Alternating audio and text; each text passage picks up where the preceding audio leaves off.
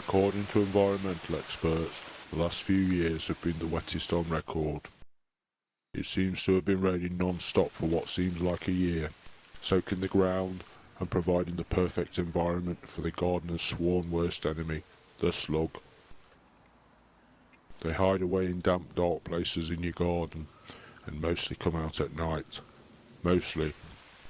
But with the weather being so wet in recent times, you can find them congregating in little parliamentary cliques on paved patios, in compost bins, the bird feeding area, anywhere there is a chance for fat profits, eating anything and everything, including each other and even your cat's food. Given the chance, they'll get into your home to check that you're not hiding away an extra bedroom. Here's a slug that looks like Bane from The Dark Knight Rises, which is interesting, as there is a slug called Bane. Pass out on me, very painful. This one reminds me of David Cameron, those smooth shiny features and a cabinet of parasites crawling over him.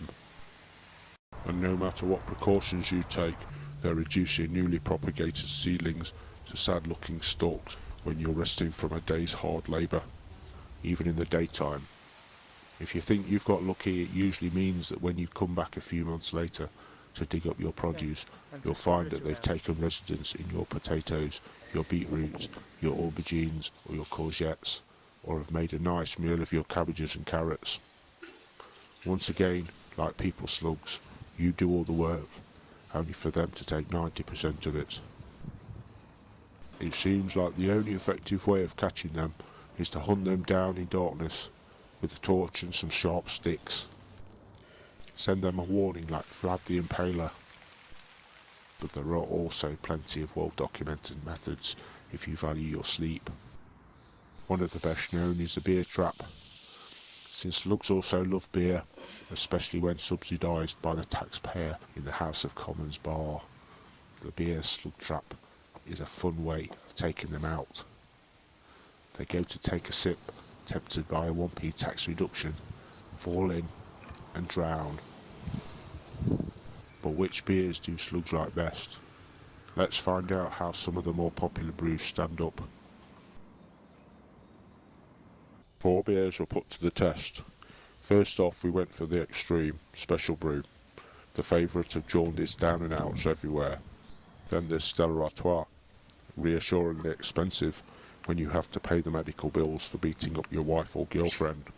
John Smith's, your standard ale, now with a widget, a small fat man in a suit, and a penguin, and a stupid song. And then there's the favourite to win, Guinness. I can't think of any Irish slugs, unless you count those who dodge their corporate tax, but they're not Irish, just there to use tax loopholes, like slugs, hiding under a brick.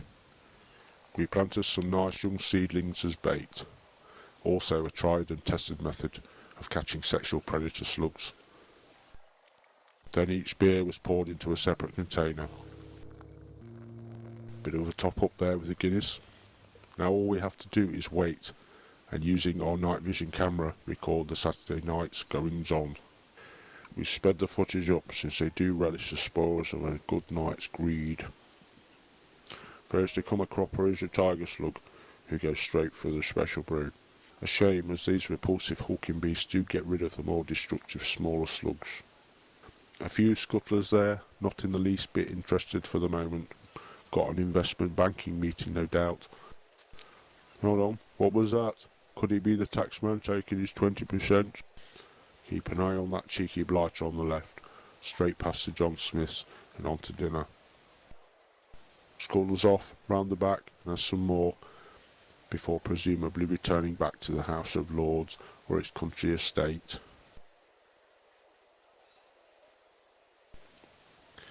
There's one checking out the Stella. Guess his slug wife is in for a treat when he gets back. It's gone a bit blurry. Must be that time of night.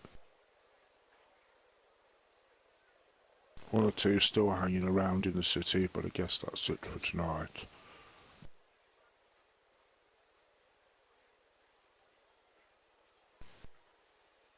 So let's see how the 4 beers fared. After a few days we swilled the slops and did the count. Special brew, The big one. Yuck. 8 small ones and 3 stray beetles. John, Paul, Ringo. Don't know what happened to the other one. Stellaratoire. Caught 5 small ones and sadly 4 beetles. A shame, since beetles are productive garden creatures, a bit like those who try to regulate the big six and inevitably come a cropper. John Smith's more like it with 20 slugs and a woodlouse. Must have been the widget, or was it the fat man and the penguin? But with the whopping 32 slugs and a couple of English beetles who strayed in thinking it was St. Paddy's Day, Guinness proves to be the winner. Good things come to those who wait, I guess.